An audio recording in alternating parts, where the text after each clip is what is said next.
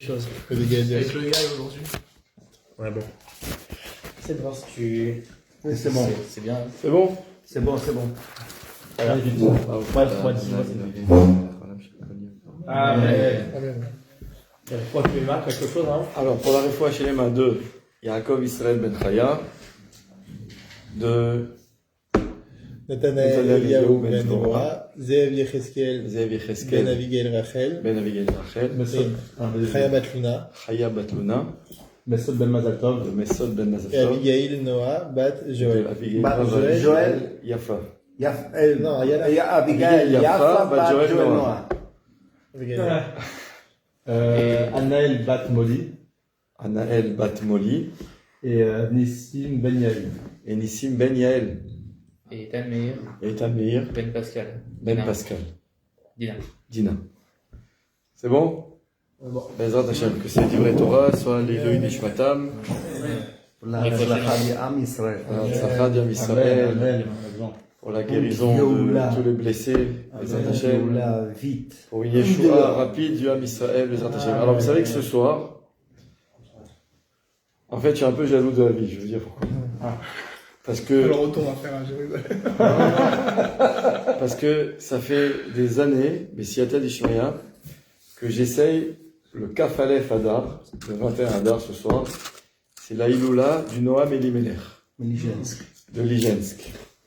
Et ça fait des années, pendant des années, jusqu'à la Corona, inclus, puisque la Corona, ça a commencé après, vers Pessah, quoi, on va dire. Jusqu'à la Corona, j'avais l'habitude tous les ans d'aller sur son kever. C'est à Lijensk, en Pologne. Depuis, il y a eu chaque fois autre chose. Il y a eu la Corona l'année d'après, il y a eu des... parce qu'il y a eu chaque fois, j'ai pas pu y aller. Et je devais y aller cette année. Et je m'étais organisé pour trouver un voyage où je m'absentais en tout une quinzaine d'heures. Waouh. Tout, un aller-retour, comme ça on ratait pas le shiur de ce soir. Et on pouvait donc, je pouvais aller sur son kever. En étant là-bas 3-4 heures, c'est tout. Mais c'est le temps de faire le Sefer Teilim. Il faut savoir que d'ordinaire, il y a là-bas des milliers de juifs qui viennent du monde entier. Pour une fois, j'ai rencontré là-bas des gens de France que je connaissais, mais d'Amérique, il y a des vols. Il y a juste à côté de Lijensk, donc de la ville où il y a le Noam Elimelech, il y a une petite ville qui s'appelle Raïcha. Cette ville, en fait, elle a un aéroport. De ce que j'ai compris, il ne l'ouvre qu'une fois par an pour la Iloula du Noam Elimelech. Quoi? C'est un petit aérogare minuscule, on sort de l'avion, on descend avec notre sac à pied, il n'y a même pas de car, on marche jusqu'au terminal. C'est vraiment... non, après on prend des bus jusqu'au cimetière, c'est pas juste à côté, c'est même pas 1 heure. Et pour vous dire comment Kadosh Baruch Hu il fait, que tout est là pour le tzaddik et servir les Bnei Israël partout. Et cette année j'avais pris un billet, et Kadosh Baruch Hu il a voulu autrement qu'on puisse pas aller. Et figurez-vous que quand j'étais... Parce qu'avant de venir ici, je devais aller aujourd'hui à Zichron Yaakov. Donc, quand j'étais en voiture cet après-midi, je reçois un coup de fil du gars qui organise les billets. Il me dit, regarde, j'ai oublié de t'appeler, mais il y avait un vol qui partait maintenant. Il m'appelle, il était 4 heures ou 5 heures. Il me dit, il vient de partir. Et on a organisé des bus de Yerushalayim et Bnei Brak jusqu'à Taba, donc en Égypte. De Taba, il y avait un vol jusqu'à... Non, c'était très compliqué parce que... jusqu'en Pologne, mais jusqu'à Varsovie. C'est l'aéroport le plus loin du Noam Elimelech.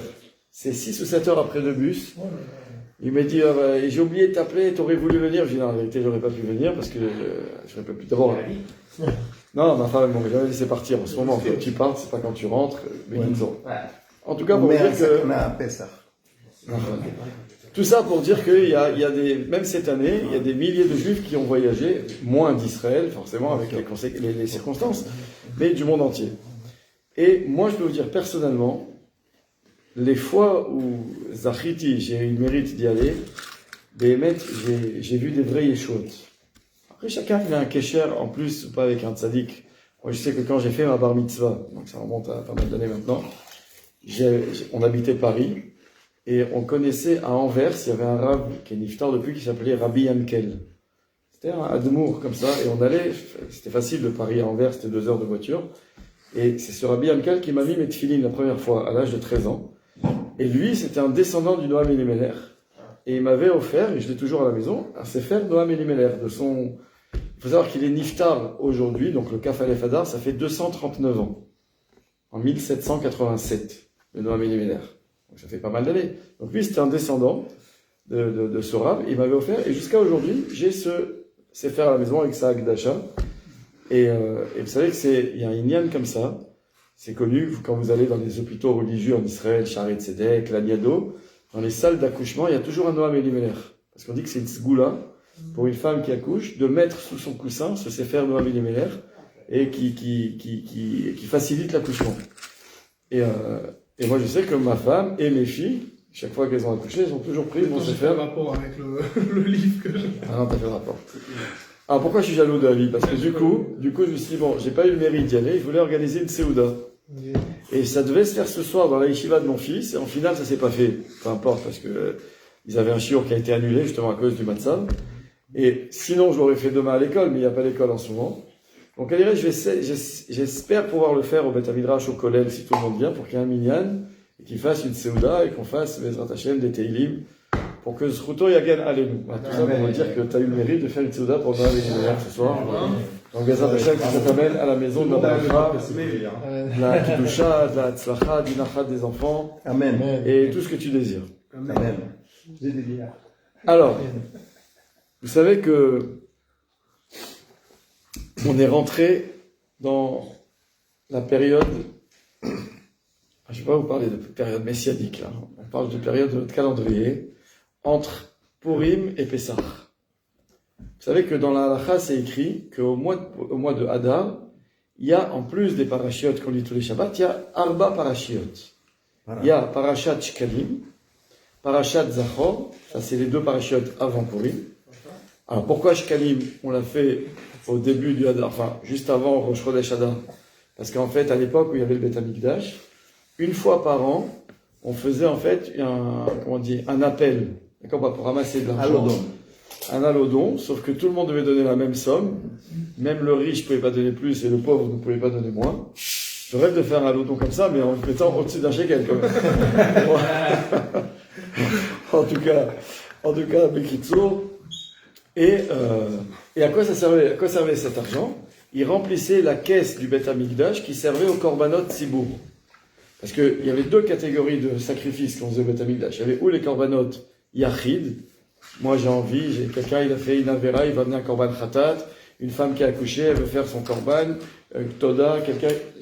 Toutes les sortes de korbanot. Le korban Pessar, c'est un korban privé, d'accord? Même si on le fait en groupe, en Chabura, ça reste un korban privé. Ce korban privé, c'est moi qui dois le payer. Donc j'allais au chouk, j'ai acheté là-bas une vache, un mouton, une chèvre, etc. Et là, ensuite, il y avait les kohanim qui faisaient toute la voda des korbanot, etc. Mais il y avait tous les jours des korbanot tzibour, des sacrifices publics. Il y avait le korban atamid du matin. On l'a plus aujourd'hui, alors on fait la prière du matin, shacharit. Il y avait le korban atamid shel ben ha'arbaim, c'est-à-dire de l'après-midi, on fait mincha à la place. Il y avait, quand c'était Shabbat, quand c'était Rosh Chodesh, quand c'était les fêtes, il y avait les korbanot moussafin. Keneged, c'est, nous on fait aujourd'hui la tfilat moussaf. D'accord? Etc. Qui les payait tous ces korbanot? C'est pas un korban yachid que moi je viens, je l'offre. C'était la caisse du Beth Amikdash. Cette caisse, on la remplissait une fois par an, pendant le mois de Hadar. On faisait donc un appel, la Mishnah nous raconte comment c'est. Il y a une masechet là-dessus, masechet shkalim. Donc on mettait des comptoirs dans les rues de Yerushalayim. Et il y avait des gens avec des haut-parleurs qui disaient, vous avez donné votre machatzit à shekel, vous avez donné votre machatzit à shekel, et les gens ils passaient, ils disaient, ah, j'ai encore le temps. C'est toujours, on attend la dernière minute. Je veux clôturer la campagne. D'accord ou pas? On est là, mais en tout cas, on devait le donner nécessairement depuis Rosh Chodesh Hadar, et pas plus tard que Rosh Chodesh Nissan. D'accord ou pas? Donc ça veut dire que on est encore dans la période où, si on avait le Beth Amikdash, on devrait donner le machatzit à shekel. Et donc, quand est-ce qu'on mettait ces comptoirs dans les rues, qu'on commençait à rappeler aux gens, c'était pendant le mois de Hadar. Donc du coup, jusqu'à aujourd'hui, c'est resté que tous les ans, le Shabbat avant Rosh Chodesh Hadar, on sort un Sefer Torah et on lit dedans Parashat Shkalim. La paracha qui était d'actualité si on avait eu le Beth Amikdash, où il faut donc apporter ce machatzit à shekel. Il a fait. Après, on approche de Purim, et là, la Gemara, elle nous dit, et la halacha, on doit lire le Shabbat avant Purim, Parashat Zachor. Pourquoi Parashat Zachor? Qu'est-ce qu'on dit là-bas? Zachor et asher asa lecha Amalek.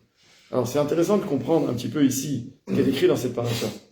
Zachor et asher asa lecha Amalek. Souviens-toi de ce que tu as fait Amalek. Mais d'un autre côté, il y a écrit Timche et zecher Amalek. C'est-à-dire, élimine, fais disparaître tout souvenir d'Amalek. Alors comment tu me demandes de me rappeler de quelque chose que je dois oublier? Oui ou non? D'un côté, tu me dis efface le souvenir d'Amalek, mais tu me dis souviens-toi d'Amalek. Donc ça paraît être deux mitzvot contradictoires. Alors les Chachamim, ils expliquent, c'est pas du tout contradictoire. C'est qu'en fait, on te demande de te souvenir d'Amalek pour effacer son souvenir. T'as compris? C'est-à-dire qu'en fait, on te demande, rappelle-toi de ce que t'as fait à Amalek, mais le but de te rappeler, c'est pour que juste après, tu sois Timche et Zecher Amalek mitachat hashamayim. D'accord? Tu dois effacer, tu dois éliminer, tu dois oublier, tu dois faire disparaître toute trace d'Amalek du monde. Il a fait. Or, voilà ce que la Gemara explique, comme toute la fête de Purim, c'était la disparition de Haman, la chute de Haman, dans les conditions qu'on connaît, et que Haman, il était misera Amalek. Donc on va être masmir, on veut juxtaposer la lecture de la Megillat Esther, qui parle de la perte de Haman Arasha descendant d'Amalek, à la mitzvah qu'on a de Mechiat Zecher Amalek, d'effacer le souvenir d'Amalek. Alors là, je vais juste faire une précision halachique intéressante. C'est qu'en fait, il y a une vision des Chachamim qui va nous dire comme ça, que le souvenir, enfin la mémoire, on va dire, et l'oubli, ça va jusqu'à 12 mois. Pourquoi, entre autres raisons, on fait Kaddish sur un niftar, sur les parents seulement, on fait Kaddish pendant 11 mois et le deuil pendant 12 mois. Quelqu'un pourrait dire, moi je ne me remettrai jamais de la perte de mon père, de ma mère, je vais faire Kaddish à vie. Non, tu dis non, pas du tout. Fais Kaddish, le maximum du Kaddish c'est 12 mois, mais comme il y a écrit que les Rechaim, les Donim, 11 mois, donc 12 mois, donc du coup nous on s'arrête un mois avant. Et normalement c'est 12 mois. Pourquoi? Parce que c'est écrit comme ça, qu'en fait, après 12 mois, Hachem, il a donné à l'homme un cadeau qui s'appelle la shikha, l'oubli. Imagine que dans la vie, on vivait les événements avec autant d'intensité pour toujours. Que ce soit un événement heureux ou triste d'ailleurs. Imagine, alors allez-nous, quelqu'un, tu te blesses, tu plantes un clou, aïe, je me suis mis tapé sur le doigt. T'as mal? Mais heureusement qu'au bout d'une heure, t'as moins mal, et qu'au bout de 2 jours, t'as presque oublié, qu'au bout d'une semaine, il n'y a plus de traces. Ça ne pas. Mais imagine, non, ça passait jamais. T'avais tout le temps la même douleur. Aïe, aïe, aïe. Chaque fois que tu regardes ton doigt, tu sautes en l'air. Pas, c'est invivable. Alors, ça, c'est au niveau d'une douleur physique, mais imagine au niveau d'une douleur morale, du regesh, d'accord ou pas? Akadosh Baruch Hu, il a fait que même l'être le plus cher, auquel on est le plus attaché, comme un père ou une mère, qui s'en vont, au bout de 12 mois, Hachem, il a fait, il y a la shikha. Donc, deuil, le Kaddish, ça y est. Le deuil, c'est fini. Ne fais pas plus. Et au contraire, il y a des fois des gens qui ont du mal et qui continuent d'aller au cimetière. Longtemps, on leur dit non, c'est pas bien. C'est pas bien. C'est pas bien pour le niftar, c'est pas bien pour toi. Après 12 mois, c'est le chiour, le temps, la mesure qu'Hachem il a donné pour ce qui est donc la mémoire ou l'oubli. Alors maintenant, d'après cette définition, on va comprendre que là aussi, Amalek, ça fait combien de temps? C'est quand la première fois qu'on nous parle d'Amalek dans la Torah en tant qu'ennemi? C'était quand on est sorti d'Égypte. D'accord? C'est ce qu'on dit d'ailleurs. Zachor et asher asa lecha Amalek, baderech betzetechem mimitzraim. Zachor, il nous a attaqués. On va en parler. Donc Amalek, il nous attaque. Ça y est, c'était il y a combien de temps la sortie d'Égypte? C'est plus de 3000 ans. Il y a eu de l'eau qui a coulé sous les ponts. On pourrait dire, ça y est, Amalek, on t'a oublié, reste tranquille. On nous dit pas ça aussi d'ailleurs pour les Yevanim. Rappelle-toi ce qu'ils t'ont fait. Rappelle-toi ce qu'ils t'ont fait à Bavel. Il t'a détruit le premier Beth Amikdash. Édom, la Rome antique, les Italiens. D'accord ou pas? Il faut les éliminer. Non, on nous dit de Amalek. Alors en fait, déjà, il faut savoir que comme la Agdara, la définition donnée par les Chachamim de ce que c'est que l'oubli, c'est 12 mois. C'est pour ça que les Chachamim t'ont dit, t'as une mitzvah de Timche et Zecher Amalek. Pour pouvoir être Moche et Zecher Amalek, il faut être Zocher Amalek. Ouais? Donc il faut s'en rappeler, et il faut effacer le souvenir d'Amalek. Merci beaucoup pour votre accueil, hein. On était très touchés. On a dit qu'on va peut-être revenir toutes les semaines. D'accord? Donc il faut s'en rappeler et il faut effacer le souvenir. Mais pour s'en rappeler, il faut quoi? Il faut 12 mois. Parce qu'au bout de 12 mois, tu oublies. C'est pour ça que tous les ans, la Torah te dit, tu as une mitzvah de lire Parashat Zachor.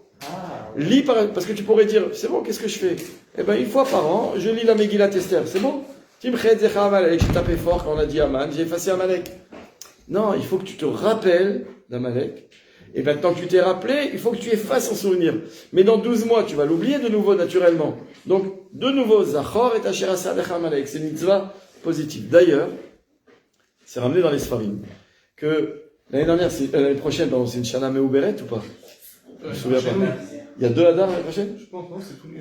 Je me souviens pas. En tout cas, dans le cas où l'année prochaine est une Shana Meuberet, donc ça veut dire qu'entre cette année, Zachor, et l'année prochaine, il va passer combien de mois? 13 mois.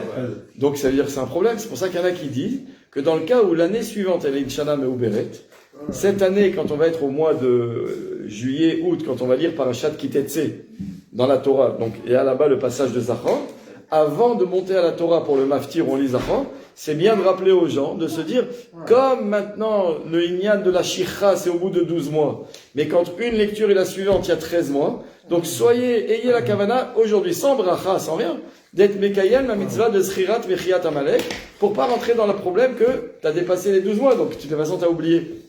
Ok? Ça c'est technique. Donc en tout cas, toute l'idée de Parashat Zachor, c'est juxtaposer la chute d'Aman avec la mitzvah de Mechiat Zecher Amalek. Après Purim, là on a parlé de 2 Shabbatot spéciaux, Shkalim et Zachor. On a dit qu'il y en a 4. Il y a Parashat Para et il y a Parashat Achodesh. Parashat Achodesh, je vais commencer par la dernière volontairement. Elle nous parle de quoi?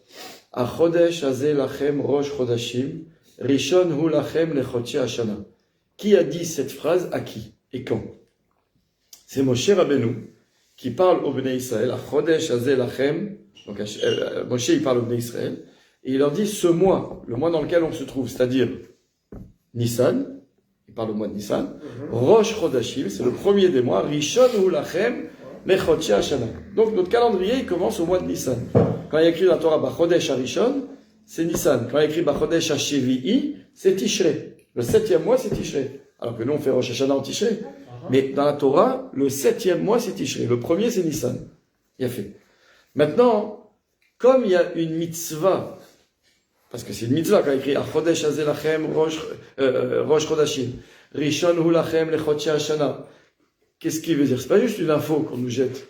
Attention, c'est ça, quand vous comptez le temps, c'est le premier mois. Les Chachamim, ils apprennent, c'est une mitzvah, un commandement positif de faire quoi? D'être Mekadesh le mois et d'être Me'aber les Shanim. C'est-à-dire de sanctifier tous les mois le mois, comme on faisait à l'époque avec les témoins qui venaient nous dire c'est bon, c'est Rosh Chodesh, Mekoudash.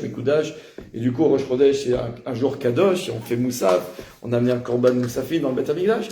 Et à part ça, rajouter depuis quelques années, un Hadar, et Me'aber les Shanim, exactement 7 fois tous les 29 ans. C'est ça la cadence. Tous les 19 ans. 7 fois tous les 19 ans. D'accord ou pas? Donc ça fait moins que 1 an sur 2. Parce qu'un an sur 2, ça ferait 14 ans. Donc en fait, c'est ou 2 ou 3 ans. Entre un Hadar et entre une année et une autre où il y a une Shana Meuberet. Très bien. Donc c'est normal que comme la mitzvah, elle parle de sanctifier les mois et accessoirement d'être Me'aber les Shanim, de rendre une année bissextile, rajouter un mois, c'est normal que cette paracha, on la lise quand? Avant le premier mois de l'année. Donc c'est pour ça que Parashat Achodesh, c'est le Shabbat qui vient, c'est le Shabbat Mevarchi, le Shabbat qui précède le mois de Nissan. Et comme ça a été écrit dans la Torah, Rishon Hu Lachem Lechotche Hashana, on parle du mois de Nissan. Donc c'est pas shoot que Parashat Achodesh doit être lu le Shabbat qui précède Rosh Chodesh Nissan. Le problème ici, il est où?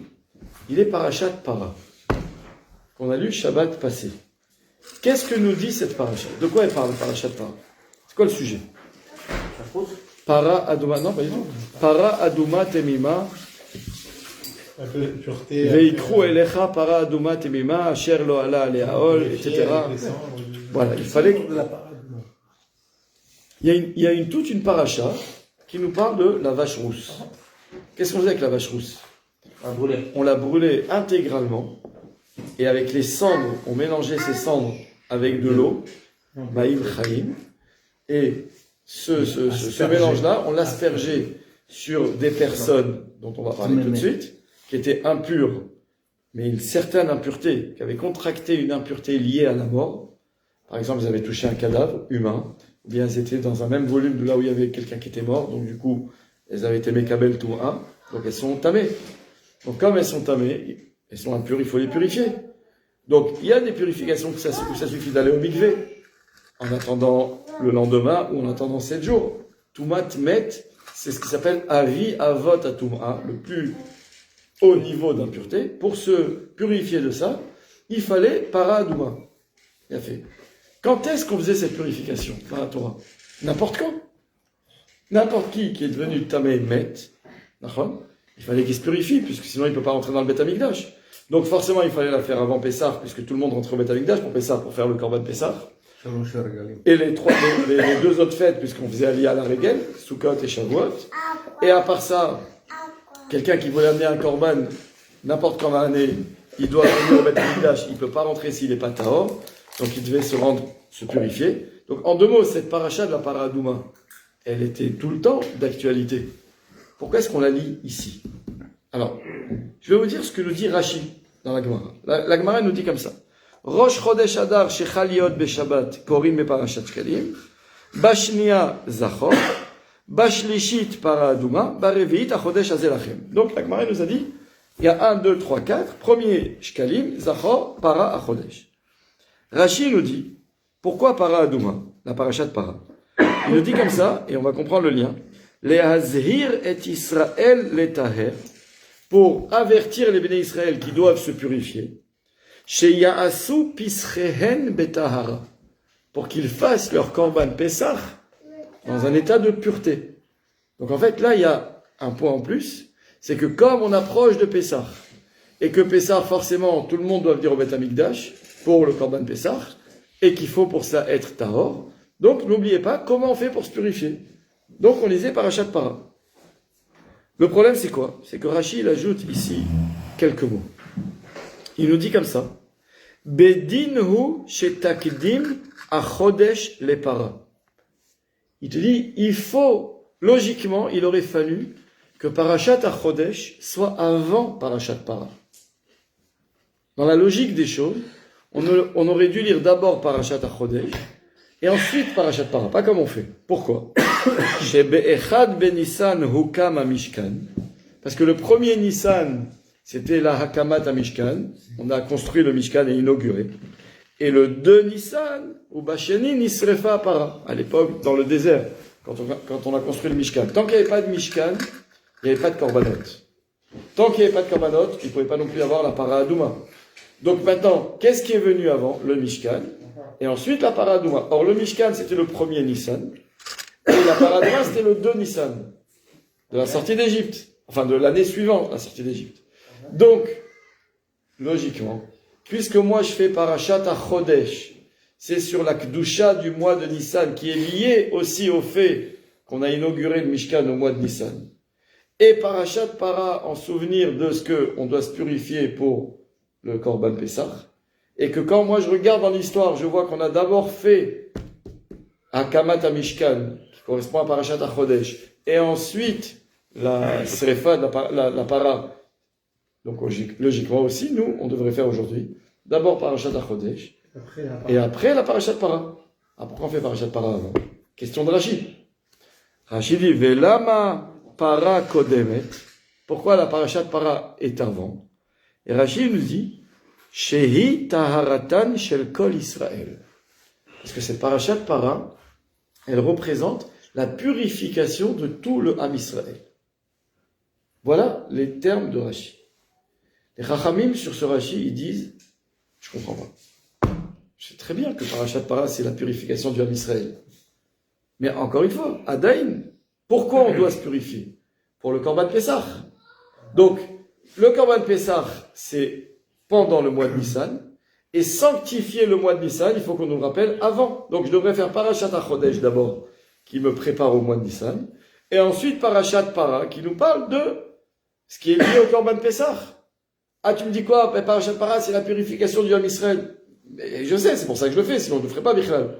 Qu'est-ce qu'il rajoute Rashi? Vous avez compris le problème ou pas? Qui n'est pas connecté au Beth Amikdash. Ça veut dire que l'état de pureté, c'est un état obligatoire d'Am Israël. Il a fait merde. Alors, les Mefarshim qui disent ça, ils disent, mais si tu veux dire ça, il dit alors peut-être qu'on aurait dû la lire même avant Parashat Shkalim. Il faut toujours être pur. Ouais. Donc là, tu la cases au milieu, en troisième position. En deuxième. Pourquoi pas en premier, en deuxième, en troisième, alors en quatrième, ça aurait été logique. Alors la Rachid nous dit non, pas en quatrième, parce qu'il s'agit de la purification du Ham Israël, il faut la mettre en troisième. Alors, En première. d'abord non, parce que si c'est la purification du Ham Israël, si c'est pour le Korban Pessah, ben mets-le proche de Pessah, donc en quatrième. Et si c'est un état général qu'on doit être comme tu veux dire, ben mets-le en premier alors. Donne-lui le poids qu'il mérite. On comprend pas qu'est-ce qu'il veut ici, Rachid. Pourquoi Velama Kodemet, Velama Para Kodemet, Shei Taharatan Shel Kol Israël. On le sait ça, mais Zelosiba. Ça explique pas. Vous êtes avec moi jusque-là ou pas? Donc, Bekitsu, les Chachamim, ils veulent comprendre, en fait, l'essence même de ce que c'est que Parashat Para.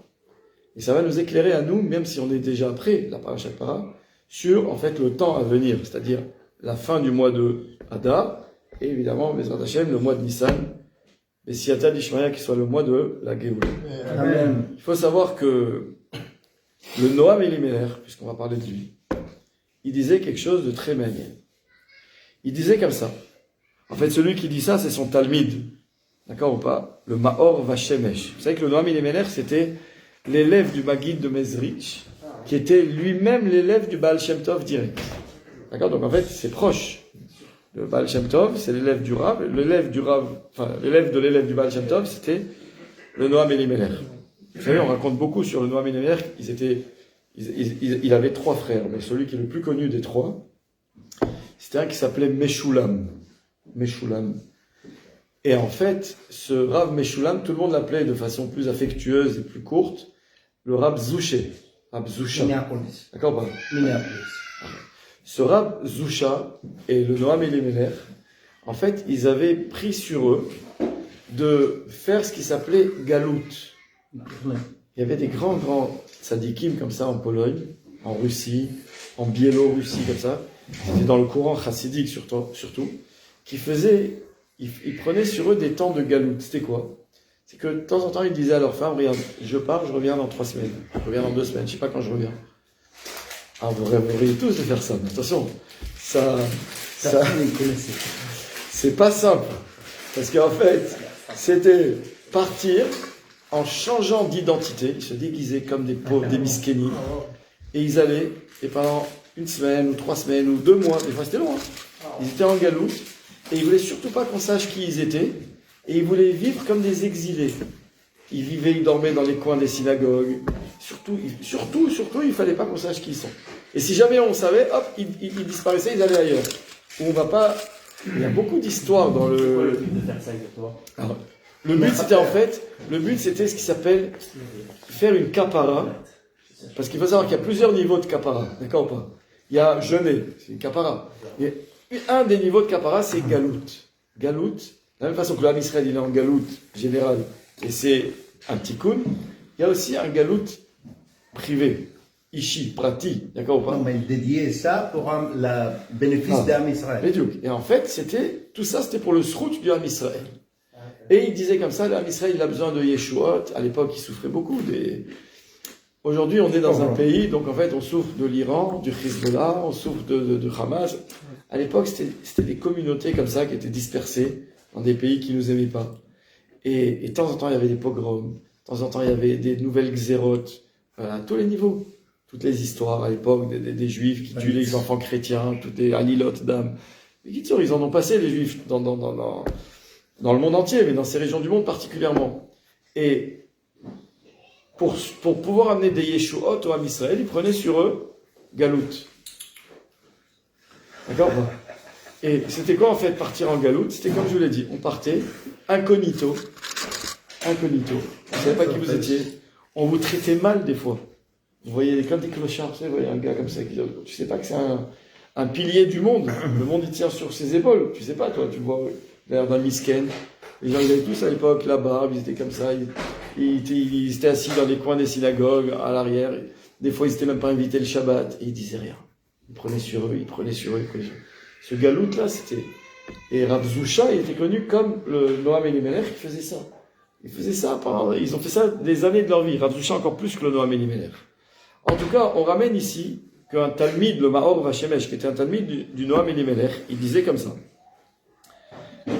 Que quand quelqu'un dans la vie essaye de faire teshuva à un autre, donc c'est très noble. Tu connais quelqu'un qui est loin de la Torah, tu te dis allez, si je peux l'aider, je vais aller lui parler, je vais aller l'influencer, lui apprendre ce que c'est le Shabbat, ce que c'est la Kashrut, ce que c'est le Kippour, etc. Ben, il disait le Noam Elimelech, il faut savoir que après avoir fait ce que tu as fait pour le bien de l'autre, toi, il faut vite que tu ailles te purifier parce que en finale, tu as été en contact avec quelqu'un qui a des fois malheureusement une vie qui est loin de la Torah.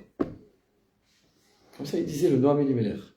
Ça veut dire que, pourtant, le Noam Elimelech, encore une fois, c'est le courant de la Chassidoute. La Chassidoute, c'est la Simcha. La Chassidoute, c'est la Ahavat Israël, être tourné vers les autres. Il dit, oui, ben là, il faut être tourné vers les autres. Il faut tout faire pour faire avancer les autres. Mais il faut savoir aussi que quand tu es en contact avec l'autre qui est loin de tout, loin de Torah, loin de Kedusha, et que tu l'influences, c'est toi qui as le dessus, puisque c'est toi qui influences, c'est pas le contraire. Eh ben, en finale, tu émouches pas. En finale, ça t'affecte. Et donc, il faut te purifier. Alors, à partir de là, les Mefarshim, ils veulent expliquer que quand tous les ans, on célèbre la fête de Purim, et que dans la fête de Purim, il y a eu Mechiat Zecher Amalek, eh bien, il nous dit en fait ce qui s'est passé. C'est que tu as travaillé, la fête de Purim, elle a été là, pour t'aider à faire la mitzvah d'éliminer Amalek. Mais il te dit, le problème, c'est que pour éliminer Amalek, qu'est-ce qu'il faut faire? Toucher. Il faut d'abord Zachor et Asher Asal Amalek. Tu dois te rappeler. Une fois que tu t'es rappelé, alors efface son souvenir. C'est une mitzvah positive. Il y a deux mitzvahs dans Zachor. Il y a une mitzvah positive de se souvenir et une mitzvah l'otishkar. Tu n'oublieras pas. Ok. Donc moi maintenant, je dois me souvenir. Quand je me souviens d'Amalek, il disait le Noam Elimelech, je me suis rendu impur. Que le souvenir d'Amalek. Amalek était tellement vicieux que le souvenir d'Amalek, il m'a touché, il m'a affecté, il m'a souillé.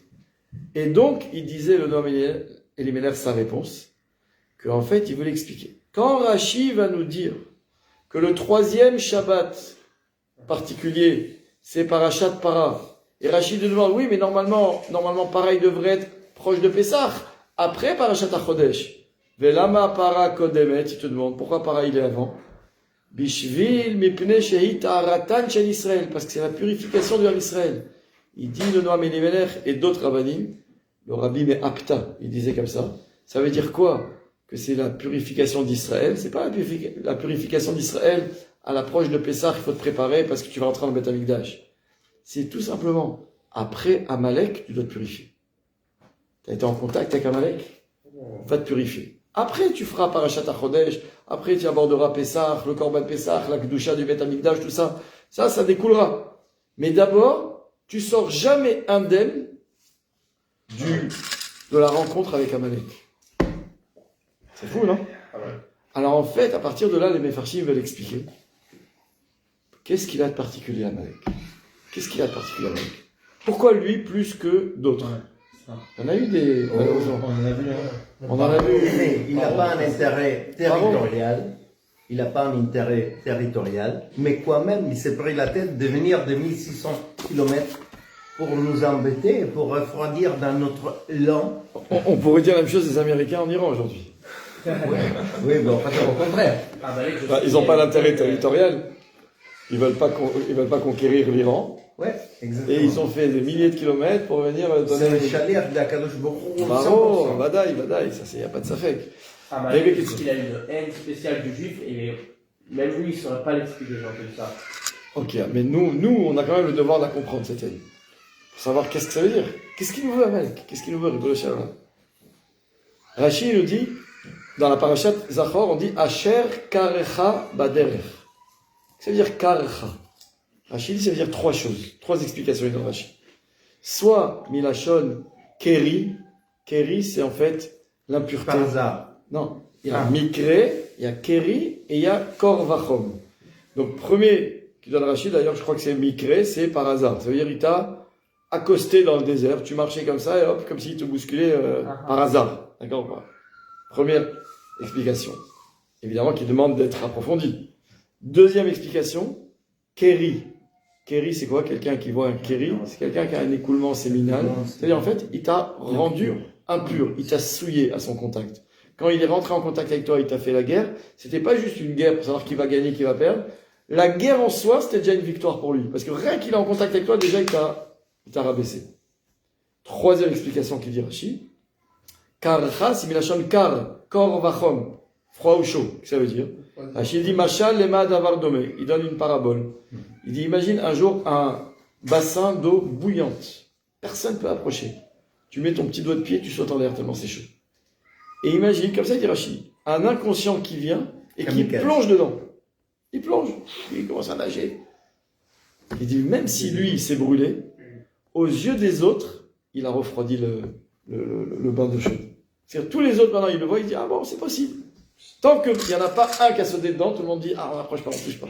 Ouais. Il dit, le Nimshal, c'est quoi, pour Rachid te dit? C'est Am Israël, on sort d'Égypte. Tous les peuples savent qu'on ne touche pas aux Juifs. On ne touche pas. Regarde ce qui lui est arrivé à Paro.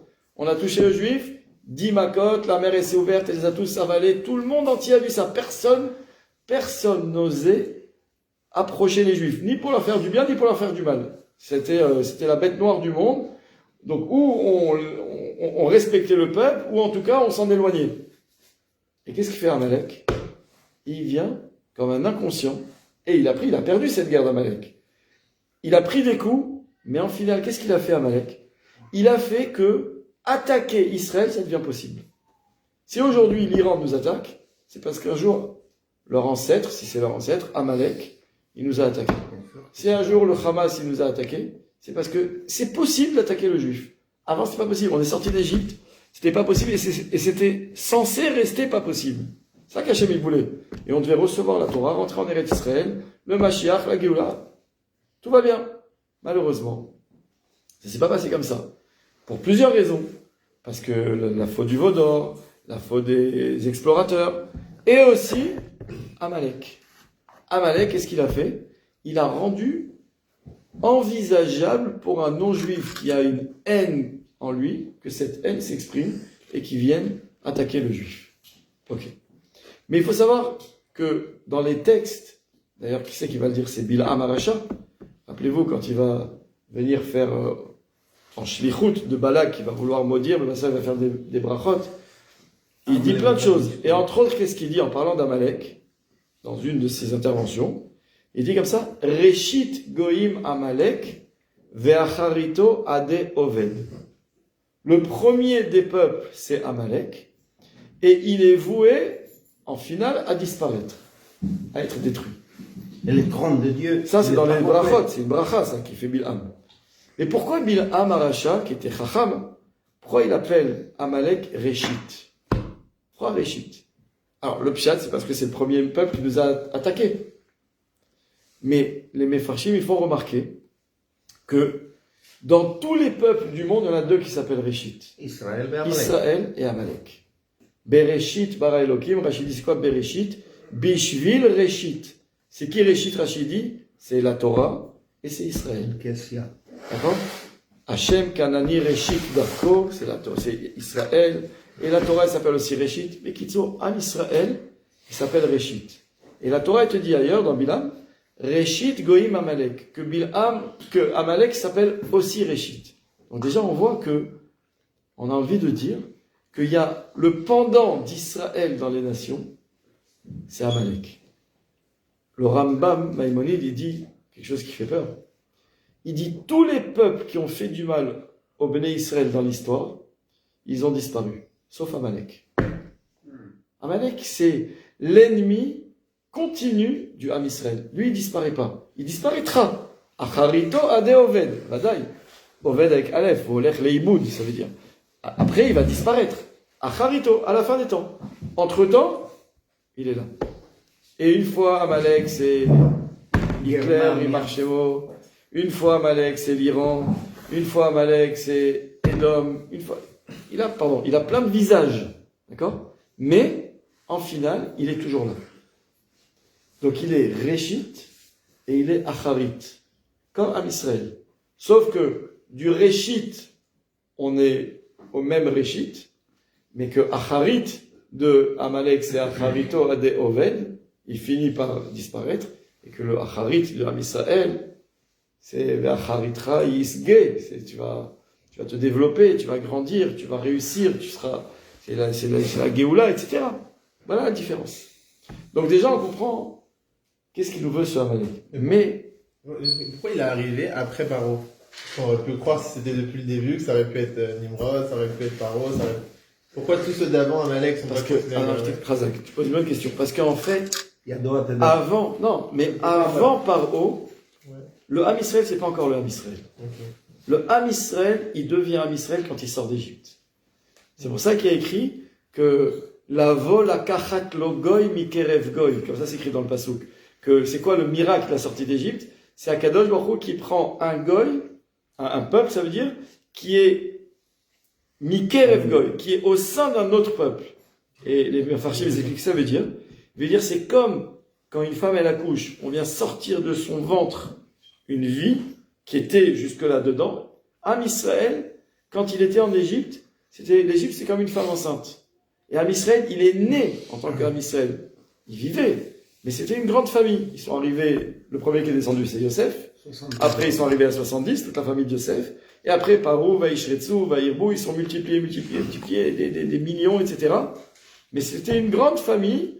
On était tous les cousins de tout le monde connaissait tout le monde, etc. Ou pas, parce que c'était avait grandi. Mais c'est tout. Quand est-ce qu'on est devenu un peuple? Plus une mishpacha, plus les descendants de Abraham, Yitzhak, Yaakov. Hayom hazeh niyeta le'am. Là, tu es devenu un peuple. Quand Am Israël sort de Mitzrayim. En tant que peuple, le premier qui nous attaque, c'est Amalek. Donc ça pouvait pas être Paro, ça pouvait pas être Nimrod, ça pouvait pas être les autres. Il a fait. Mais déjà, de voir comme il est né, ce peuple, c'est très intéressant. Avec Timothy. Vadaï. Alors maintenant, à partir de là, on va comprendre quelque chose. Vous savez que comment commence la paracha de Para? Zot chukat haTorah. Para, c'est un chok. Ça veut dire en hébreu un chok. Une loi. En hébreu moderne, c'est une loi. D'accord pas? Dans la Torah, chok, ça a une consonance. Je pourrais dire toutes les 613 mitzvot, c'est des lois. Non. Il y a des chukim, il y a des mishpatim. Quand par exemple la Torah elle te dit lotignov ou lotirtzach, c'est un chok ou un mishpat? Je dis c'est un mishpat. Tout commandement, toute mitzvah qui se comprend par l'esprit humain, ça s'appelle un mishpat. C'est quelque chose de juste. Mishpat, c'est la justice. Bet mishpat, c'est le tribunal où on fait la justice. Ça veut dire que ce que nous on est capable de qualifier de juste, ça s'appelle un mishpat. C'est logique qu'un homme ne doit pas voler, ou un homme ne doit pas tuer, ou l'inceste, ou... Mais quand je viens et je te dis, mange cachère, il y a une logique dans ça? Alors aujourd'hui, on va te dire, ça a été prouvé scientifiquement, que celui qui mélange la viande et le lait, c'est mauvais pour la santé. Et ça, c'est pour nous faire kiffer. D'accord pas? Mais en réalité, c'est pas pour ça. Si un goy, maintenant, il mange pas la viande et le lait parce que la science l'a prouvé que c'est pas bon, il aura un mérite un jour parce qu'il n'a pas mélangé le lait et la viande? Pas du tout. On te demande pas de le faire parce que... Ou un juif va se dire que s'il fait rien en Torah, il fait pas kippour parce qu'il comprend pas, mais par contre, il a lu un jour un article, le lait et la viande, il mélange pas. Il va arriver à 120 ans, il va dire, t'as rien fait, il dit, j'ai pas mélangé le lait et la viande. Eh, Habibi, pourquoi t'as pas mélangé le lait et la viande? Parce que t'as lu ça dans un National Geographic, là, dans Science et Vie, ou un truc comme ça. Ça marche pas comme ça. Tu dois faire ça, pourquoi? Parce que tu fais ça comme Tariaq Mitzvot. Il a fait. Maintenant, il y a des chukim. Les chukim, c'est les commandements qu'on ne comprend pas. On comprend pas. Un des chukim, et je pas envie de dire la référence des chukim, c'est Para Adouma. Para Adouma. Les tefilin aussi, c'est un chok. Tu peux comprendre, toi, le sod des tefilin? Mettre une paracha sur le bras, sur la tête. Alors, on va nous donner des rémasim. Plus que Para Adouma. Le fait de brûler une vache et d'envoyer des encens. Alors, je vais rajouter quelque chose à ce que tu dis. Pourquoi Para Adouma, c'est la référence des chukim?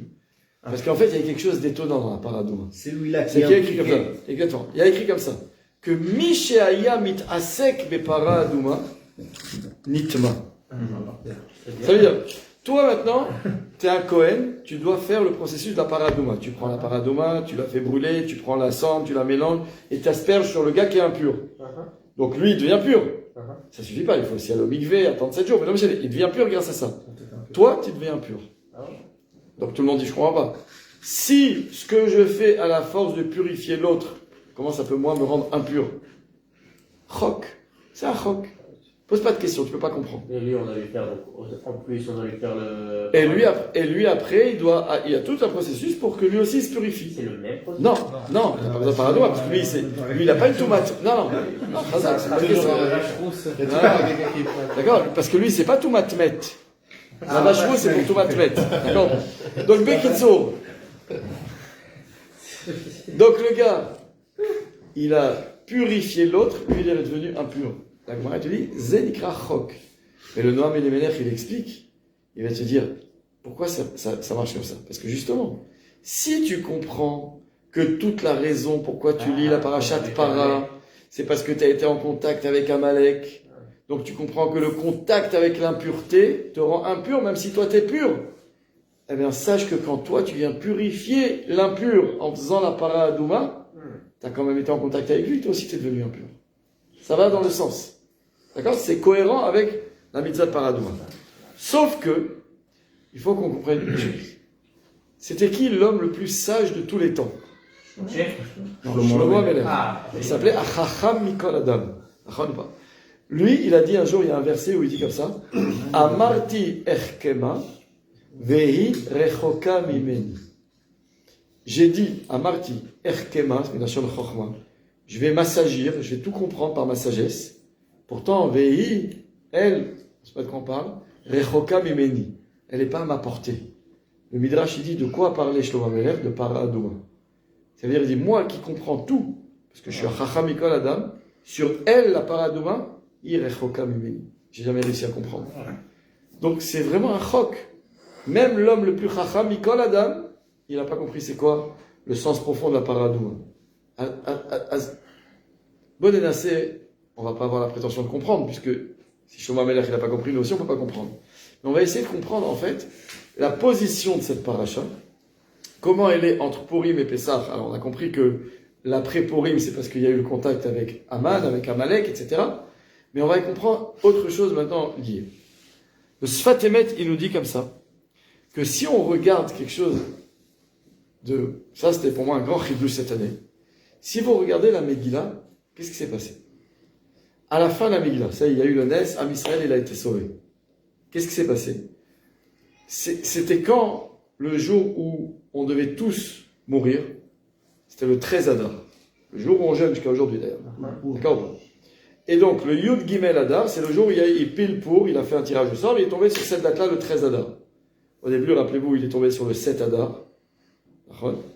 Et le 7 Adar, c'est quoi? C'est la date de naissance de Moshe Rabbeinu. Donc, il dit non, le 7 Adar, c'est une bonne date pour les Juifs, je veux pas. Et il savait pas que c'était aussi la date où on est mort, mais c'est là, en tout cas, Adar, le 13 Adar, c'était le jour où les Juifs du monde entier, les Goïms avaient le droit de les tuer, et ils étaient intouchables. D'accord? Un Goï qui tue un Juif, il reçoit une médaille, au lieu d'être mis en prison. C'est comme ça. Donc il y a eu tout le Nes de Mordechai, qui parle à Esther, qui parle au roi Achashverosh, etc. Sauf, il y a eu le Nes de Purim. C'était quand le Nes de Purim? C'était quand le Nes? C'est quoi? Venahafor hu, Asher yishletu hayehudim hema beson ehen. Il y a eu le Hippour, au contraire, c'est les Juifs qui ont eu le dessus. On nous dit c'est le 13 Adar. Le 13 Adar, le jour où on devait tous mourir, c'est le jour où, du coup, grâce au miracle, il y a eu le nouveau décret du roi, signé par le roi que Mordechai a envoyé partout, où nous, on peut tuer tous les goïms, mais on ne pourra rien nous faire. Donc, l'effet inverse. Ça, c'était quand le 13 Adar. Le 14 Adar de cette année-là, Achashverosh, il vient voir Esther, il lui dit, regarde, Baruch Hashem, il y a eu un Nes, vous avez été sauvés, et j'ai permis à Mordechai d'envoyer avec ma signature l'ordre du roi, le décret du roi, qu'on peut tuer tout le monde, les Juifs peuvent tuer celui qui se lève contre eux. C'était le 13 Adar.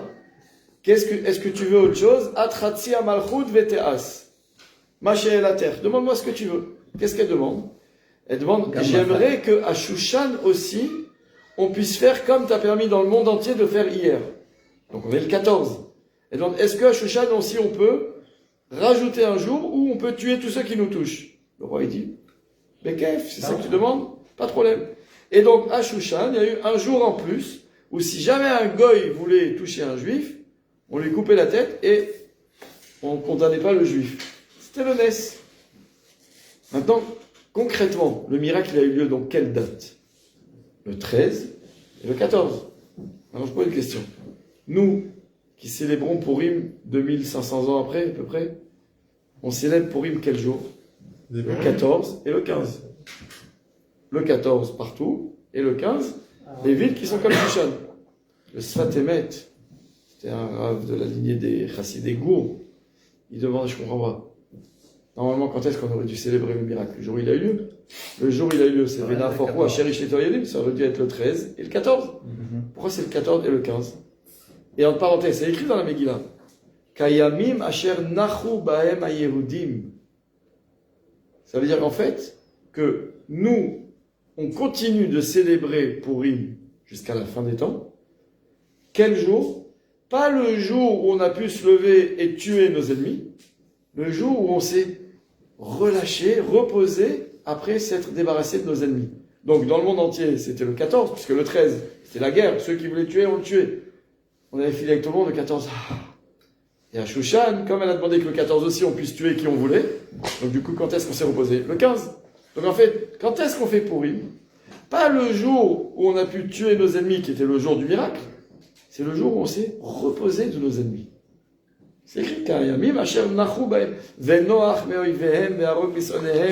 c'est écrit plusieurs fois à la fin de la Megillah, après les 10 noms d'Aman. Ouais. Qu'est-ce que ça veut dire ça? Qu'est-ce que ça veut dire que nous on célèbre Purim, pas le jour où on a eu le droit, c'est le droit légal, d'accord, pas signé par ordre du roi, qu'on peut tuer tous ceux qui veulent nous faire du mal. C'est pas ce jour-là où on fait la fête, où on se dit ah c'était vraiment le jour du miracle. Quand? Le lendemain. Une fois qu'on a fini avec nos ennemis.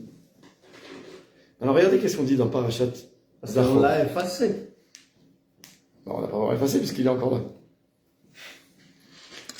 Qu'est-ce qu'on dit dans Parashat Zachor? Écoutez bien. Zachor et asher asa lecha Amalek baderer betzetechem mimitzraim. Souviens-toi de ce que tu as fait Amalek quand tu étais en chemin en sortant d'Égypte. Asher karcha baderer. On a expliqué ce que ça veut dire. Vaizanev becha kol hanecheshalim acharecha ve'ata ayev ve'yager. Toi, en plus, tu étais en position de faiblesse. Tu étais fatigué par le chemin, tu étais assoiffé parce que tu étais dans le désert, on est au mois de Nissan. D'accord, tu es épuisé. Velo yare Elokim. Et lui, Amalek, il avait zéro crainte du ciel. Il n'avait pas peur d'Akadosh Baruch Hu. Ok, on a compris qui c'est Amalek. C'est quoi le verset suivant? Vehaya be'aniach Hashem Elokecha lecha mikol oivecha misaviv. Quand Hashem te débarrassera de tous tes ennemis autour. Ba'aretz asher Hashem Elokecha noten lecha nachala lerishta. Et que tu seras sur la terre qu'Hachem te donne pour héritage, Timche et zecher Amalek mitachat hashamayim lo tishkach. Efface le souvenir d'Amalek dessous les cieux, tu n'oublieras point. Voilà, ça toute la parashat de Zachor.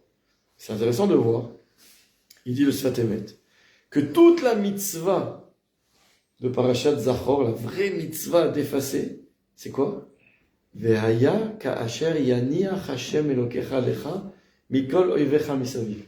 Lorsqu'Hachem te soulagera, te débarrassera de tous ses ennemis. Comme à l'époque de Purim. C'est-à-dire en fait que la célébration du miracle, c'est pas quand on est dans le miracle, c'est quand on est au repos du miracle. On a du recul. Ah, ça y est. On se retourne, on voit, purée, hier on a réussi à tuer des milliers de goïms qui voulaient notre peau, et c'est le roi qui nous a permis de le faire. Quand tu es dans l'action, tu peux pas réfléchir, il faut d'abord se défendre. On veut te tuer, Ashkem le Orgo, tue-le avant, etc. Tu réfléchis même pas, est-ce que tu vas être mis en prison à cause ou pas, etc. Quand le lendemain, tu prends du recul, tu te reposes, tu réalises ce qui t'est arrivé la veille, c'est là que tu célèbres la fête de Purim. On nous dit, c'est là qu'il y a une mitzvah aussi de Timche et Zecher Amalek. Alors en fait, pourquoi on dit tout ça? C'est qu'en fait, on va comprendre quelque chose de bénien. on a dit que tout Amalek, ça commence à la sortie d'Égypte. Dans la Torah, c'est la lecture d'ailleurs dans la Torah qu'on lit le jour de Purim. Milchemet Amalek. Je ne sais pas si vous avez, si vous vous souvenez, que le dernier verset, on l'a répété. Vous avez vu ou pas? Ça dans le...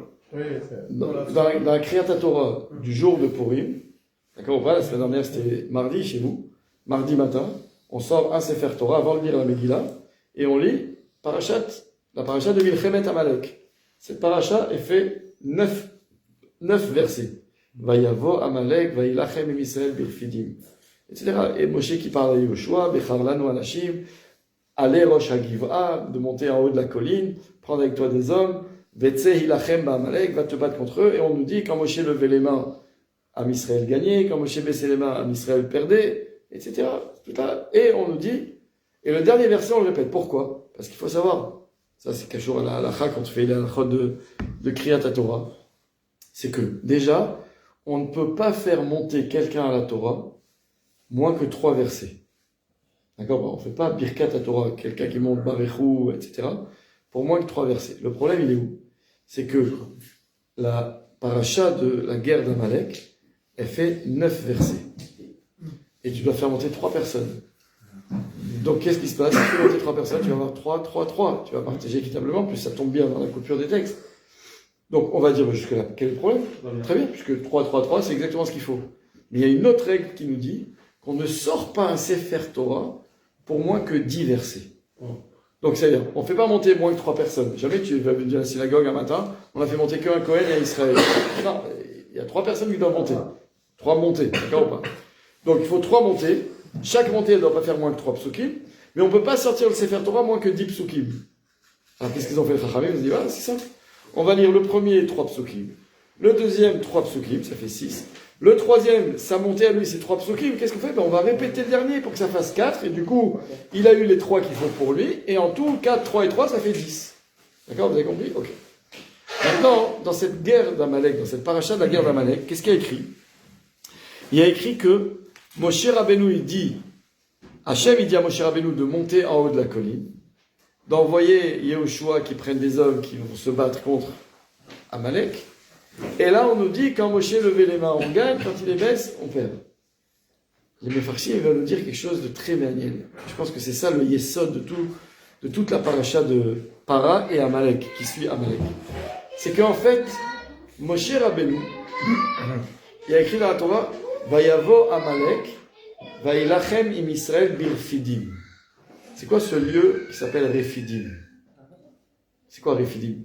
Rashi nous dit, c'était un lieu où Rafu Yedehem midivre Torah. On a reçu la Torah il n'y a pas longtemps. Donc on est sorti d'Égypte. On a eu de la mer qui s'est ouverte. On a reçu la Torah. Et il y a écrit qu'au moment où on est parti du Har Sinaï, quand Hachem il nous dit, allez, continuez votre route, là, il y a écrit qu'on est parti du Har Sinaï, Ketinok aboreach mibet hasefer. C'est pas moi qui le dis, c'est les Chachamim, ils le disent. Comme un bébé, un enfant qui se sauve de l'école. En général, quand on dépose l'enfant à l'école le matin, il tire une sale tête. Il va pas aller la journée, c'est long, purée, il est que 8 heures, on finit à 4 heures, d'accord? Et quand tu vas le chercher à 4 heures, là, il est toujours au top. Enfin, ça y est, c'est une journée qui est passée, on va être un peu à la maison, on va se détendre. Quand on est parti du Har Sinaï, on a reçu la Torah, il y a écrit qu'on est parti comme un enfant qui quittait l'école. C'est triste quand même. Hachem, il nous a donné Torah, Tziva, Lanu, Moshe, Morasha, Kilat, Yaakov. Torah, Hachem, Temema, Pikudei Hachem, Yesharim, et Samchelev. T'imagines, c'est vrai que là, avec la guerre qu'il y a, les enfants, donc, ils ne sont pas allés à l'école depuis dimanche, quoi, d'accord, après le Shabbat, ça a éclaté. Et du coup, je pense que c'est vrai aussi à Ranana, dans toutes les écoles, il devait y avoir une fête de Purim. Ouais. Vous avez vu comment les enfants ils étaient déçus de rater la fête? Ah oui, C'est-à-dire quand tu dis aux enfants, il n'y a pas d'école, il n'y a pas de problème. Quand il y a une fête, on n'a pas envie de rater. Ils étaient tous dégoûtés. Alors je pose une question. Quand Hachem il a donné la Torah au Bnei Israël, c'est écrit dans la Torah, qu'Hachem il dit à Moshe, tu diras au Bnei Israël, Chag Lashem Machar. C'est une fête demain. Donc Har Sinaï, c'était Saméach, c'était pas triste. Alors pourquoi quand on parle du Har Sinaï, on fait yes, fini l'école. On s'est relâché. On s'est relâché. Rafou Yedem Midivre Torah. Les Chachamim vont nous dire, ce rifion, ce relâchement, ça a fait quoi? Ça a ouvert la porte à Amalek. Amalek, c'est celui qui touche Am Israël quand Am Israël il se relâche. Comme à l'époque de Pourim.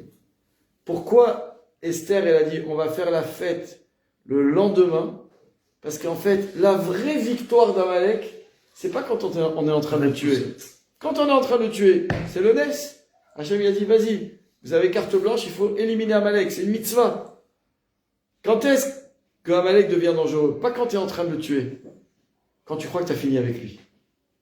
Quand tu crois que tu t'es débarrassé de lui et que tu te dis, ah, quel kiff.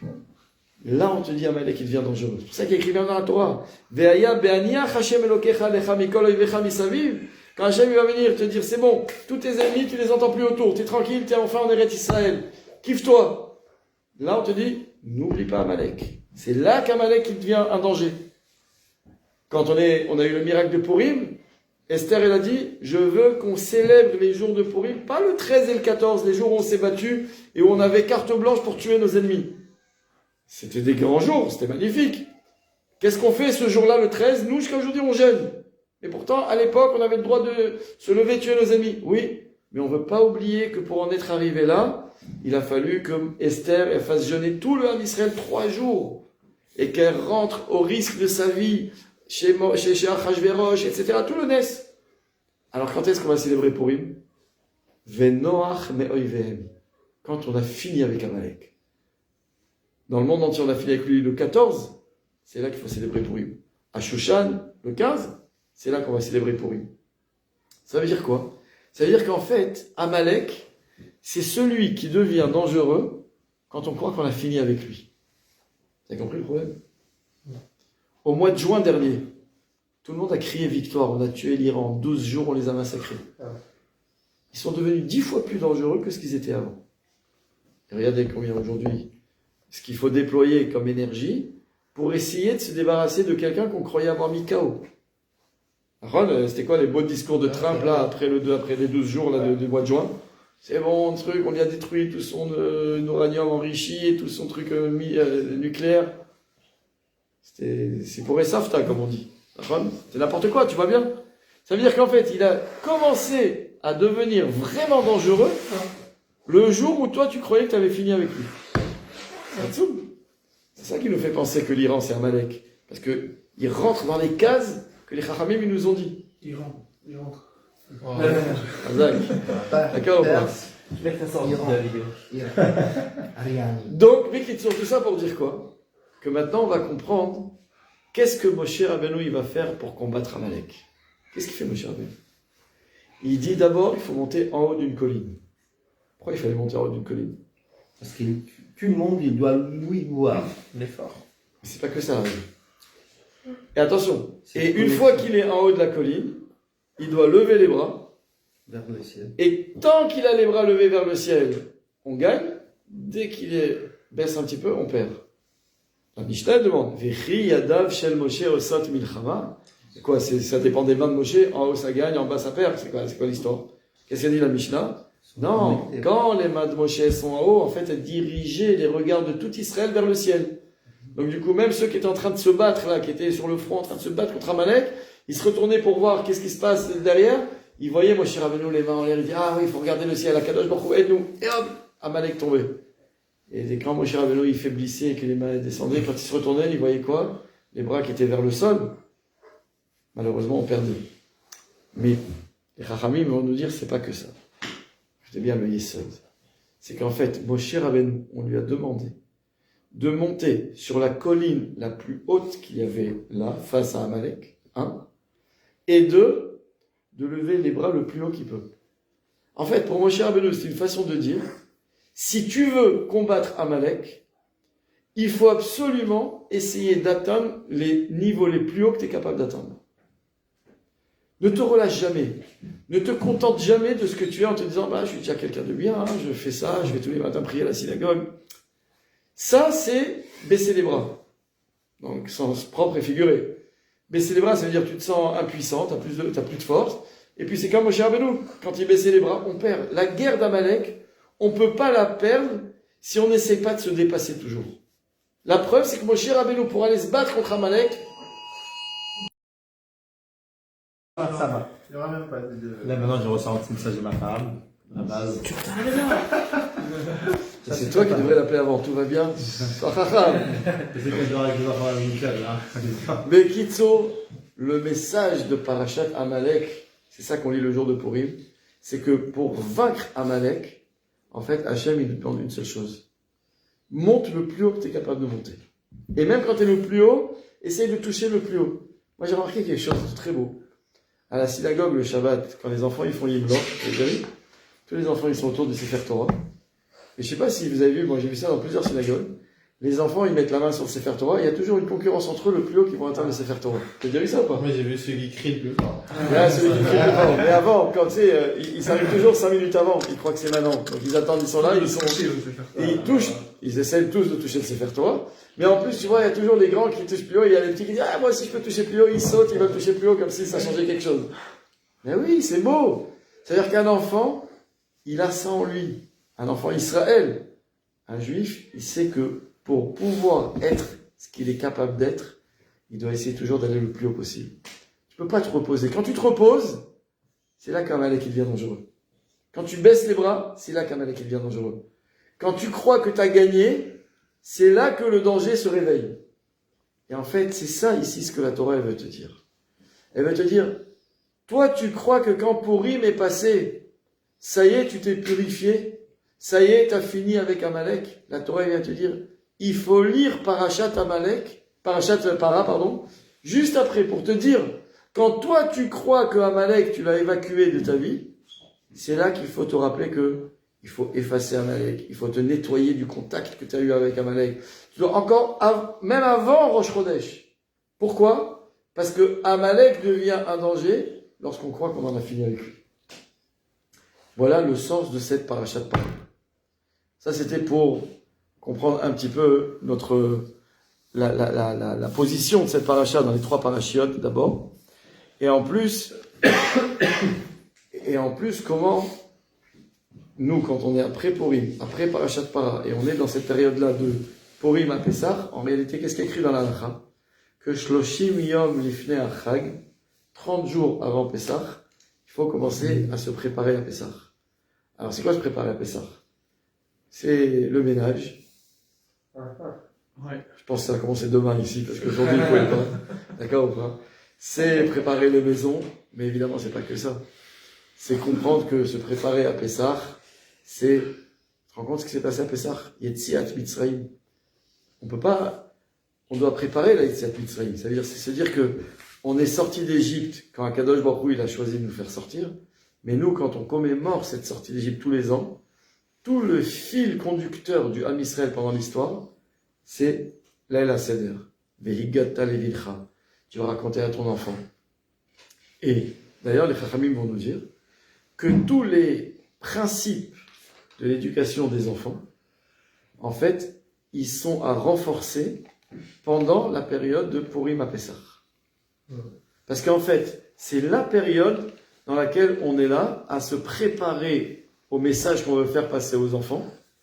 Et souvent, les gens, ils font le contraire. À Purim, on met le paquet pour les enfants, les déguisements, les cadeaux, l'excitation, les fêtes, etc. Et puis à Pessah, on arrive, et puis allez vite, il y a le psuki, il faut pas trop traîner, on n'a pas le temps, c'est bientôt Chatzot, on a les arguments Kadosh et Chol, d'accord ou pas, peu importe. Le Ikar, c'est quoi? On risque, Chas Shalom, de passer à côté de l'essentiel. Vehigadta levincha bayamahu lemor. La mitzvah du Sipur Yetziat Mitzrayim. Alors moi, ce que je vous propose, c'est que, on va essayer encore quelques minutes, c'est que on essaye nous aussi d'avoir quelques réflexions. Alors, j'ai pas amené, parce qu'en fait, je vous dis que je suis pas venu d'Yerushalayim aujourd'hui, j'ai fait un détour avant. Je voulais amener le Mishnah Bora, Chelek He, 5e volume, celui qui parle de toutes les Ilchot Pessah, d'accord ou pas? Mais Bezrat Hashem, la semaine prochaine, on essaiera de commencer dans le texte. Alors, il y a tellement de choses, il y a un volume entier presque sur Ilchot Pessah, qu'on ne peut pas tout faire. Il y a une Masechet, non, c'est ça. Il y a une Masechet Psachim, ouais. Dans cette Masechet Psachim, il y a une bonne partie qui parle du Korban Pessah, qui n'est pas d'actualité tant qu'on n'a pas le Beth Amikdash, mais il y a, en général, ce qu'on fait quand on veut faire la halacha de Pessah avec les Gemarot qui correspondent à Pessah, on fait le 10e chapitre. Et dernier chapitre de Masechet Psachim, qui s'appelle Arve Psachim, où là-bas, en fait, on nous parle de toutes les halachot liées au Leil HaSeder.